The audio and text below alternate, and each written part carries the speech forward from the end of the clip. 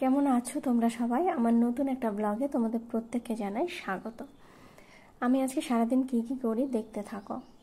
এখন বাজে সকাল 6টা, আর আমার চোখে ঘুম থাকা সত্ত্বেও আমি আর বিছানায় শুয়ে থাকতে পারিনি গরমের জন্য। এতটাই গরম। আর দেখো সকালে ঘর খুলতে ঘরের ভেতরে কিভাবে রোদটা ঢুকে গেছে। তোমরা হয়তো বিশ্বাস করবে না এখন সকাল 6টা বাজে, কিন্তু এখন সকাল 6টাই বাজে। বিছানা তুলে ফ্রেশ হয়ে চলে এলাম গুড়ের শরবত খেতে, কারণ শুনেছি যে গরমে নাকি গুড়ের শরবত খাওয়া ভালো। এই জন্য কয়েকদিন ধরে আর কি গুড়ের শরবত খাচ্ছে। পাশের বাড়ির দিদি আমাকে এই ফুলের গাছটা দিল সকাল সকাল। তোমরা দেখে বলো এটা কি ফুলের গাছ। আমি তোমাদেরকে বলছি না, তোমরা যদি চিনতে পারো তাহলে কমেন্টে আমাকে জানিও। এরপর ঘরগুলো একটু পরিষ্কার করলাম ঝাড়টা দিয়ে, তারপরে চলে গেলাম টিউশনি পড়তে। আজকে ছিল আমার টিউশনি, আর যাওয়ার সময় ব্রেকফাস্ট করে যেতে পারিনি। এসে এই জন্য চিড়ে মুড়িতে ব্রেকফাস্ট করলাম। অবশ্যই এগুলোই গরমে খাওয়া ভালো, যা গরম পড়েছে এত বেশি কিছু খেলে উল্টাপাল্টা পেট এমনিই খারাপ করে যাবে। আর আজকে দুপুরেও আমার একদম সিম্পল রান্না, কারণ আজকে আবার আছে রাতে একটা বিয়ে বাড়ি, মানে আমার বান্ধবীর দেওরের বিয়ে। তা আমাদের বন্ধুদের সবাইকে বলেছে, তো আমরা সবাই যাব আর কি। এই জন্য বিয়ের প্রস্তুতি চলছে, মানে এই মুখে একটু স্ক্রাব করে নিচ্ছি ঘরোয়াভাবে। একটু তো সাজুগুজু করতে হবে। এটা স্ক্রাব করে নিয়ে আমি স্নান টান করে একদম ফ্রেশ হয়ে গেছি। এবার লাঞ্চটা করে একটু ঘুম দেব। আসলে দুপুরে আমার ঘরটা একটু ঠান্ডা থাকে, রাতে সেটা একদমই থাকে না, আর রাতে ওই জন্য ঘুমটাও ভালো করে হয় না। তাই একদম দুপুরে একটু ভালো করে ঘুমিয়ে নিই আমি। আর ঘুম থেকে উঠে বিকেলই রেডি হতে শুরু করে দিয়েছি। বুঝতেই পারো যে মেয়েদের তো একটু সময় লাগেই।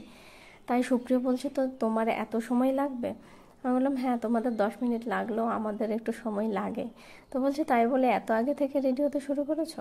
তবে বললাম যে দেখোই না কখন রেডি হওয়া কমপ্লিট হয় আর কি। তবে একদম টাইমলি রেডি হয়ে গেছিলাম অনেক আগে শুরু করার কারণে। আমরা মেয়েরা তো একটু সময় নিয়ে সাজতেই ভালোবাসি। তো বেরিয়ে গেছি বিয়েবাড়ির জন্য। আমাদের বন্ধুরা প্রায় চলেই এসেছে, আর আমরাও মানে রাস্তাতেই। তা আজকে ছিল আবার হনুমানজির জন্মদিন, সেই জন্য র্যালি হচ্ছিল, আর প্রচুর বড় র্যালি ছিল এটা। তো সেগুলো পেরিয়ে আমরা একদম বিয়েবাড়িতে এসে পৌঁছে গেছি। আর দেখো সামনে বন্ধুরা ছবি তুলতে ব্যস্ত হয়ে গেছে। তবে সবাই আসেনি, যদি সবাই আসতো আরও ভালো লাগতো। এখন তো সবার সাথে সেভাবে দেখা হয় না, এই অনুষ্ঠানে আর কি দেখা হয়। তো যদি সবাই আসতো আরও ভালো লাগতো। আর আমরা বিয়েবাড়িতে ঢোকার আগে সুপ্রিয় ঢুকে দেখে নিয়েছে যে কি কি খাবার আছে। অন্তত স্টার্টারটা তো শুরু করতেই হবে আমাদেরকে। এসে সেই জন্য শুরু হয়ে গেছে। আর দেখো সুপ্রিয় এসে ফুচকা খেতে শুরু করে দিয়েছে।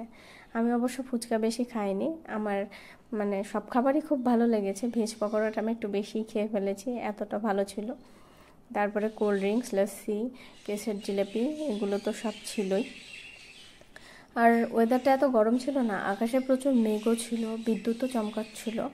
আর ওই জন্য আরও একটা বাজে রকম গরম পড়ে গেছিলো। আর দেখো যে শীতে আমরা খেয়ে যতটা আরাম পাই, গরমে কিন্তু সেটা পাই না। আর আমরা বাঙালিরা বিয়ে বাড়ি মানে ভুরিভোজ তো হবেই, এটা আমাদের মাথাতেই থাকে। আর আমরা ভেবে আসি অনেক কিছু খাবো, কিন্তু না, আসলে এই গরমে ওইভাবে খাওয়া যায় না। তো দেখো খাওয়ার ফাঁকে ফাঁকে আমাদের ফটো সেশনে চলছে বন্ধুদের। এগুলোই তো আমাদের বিয়েবাড়ির আর কি মানে মেইন কাজ আজকে আর কি, মানে ছবি টবি তুলবো, খাওয়া দাওয়া করবো। আর আজকের প্রোগ্রামের মানে মেইন আকর্ষণ হচ্ছে এই যে এনারা দুজন। তেনাদের নববিবাহিত জীবন খুব ভালো কাটুক, এটাই আমরা সকলেই চাইবো। তো যাই হোক, আমরা তো স্টার্টার খেয়ে একটু রেস্ট নিচ্ছিলাম, বলতে একটু পেটটা ফাঁকা করার চেষ্টা করছিলাম, কারণ মেন কোর্সে তো যেতে হবে। তোমাদের সাথে মেনু কার্ডটা আমরা শেয়ার করে দিলাম, মানে আমি দেখে নাও কী কী ছিল, আমি আর তোমাদেরকে আলাদা করে কিছু বলছি না। তবে প্রতিটা খাবারই ভীষণ ভালো ছিল। যদি একটু ঠান্ডা ওয়েদার থাকতো খেয়ে খুব শান্তি পেতাম, কারণ এত গরমে না খেয়ে একদম মানে খাওয়া যায় না। একটু খেলেই মনে হচ্ছে পেট ভরিয়ে যাচ্ছে, আর শরীরের ভিতরে একটা অস্বস্তি হয় এত গরমে খেতে গেল। তবে যাই হোক, খাওয়া দাওয়া খুব ভালো করেই করেছি, যতটুকু করেছি আর কি। আর সব শেষে এসে দাঁড়ালাম পান আর আইসক্রিমে। এই দুটো তো থাকেই। এরপর বাড়ি ফেরার পালা, কারণ আকাশে প্রচুর মেঘও করছে, আর সুপ্রিয়া আমাকে নামিয়ে দিয়ে ও আবার বাড়ি ফিরে যাবে। এই জন্য একদম তাড়াহুড়ো করে খেটে আমরা বেরিয়ে গেলাম তাড়াতাড়ি।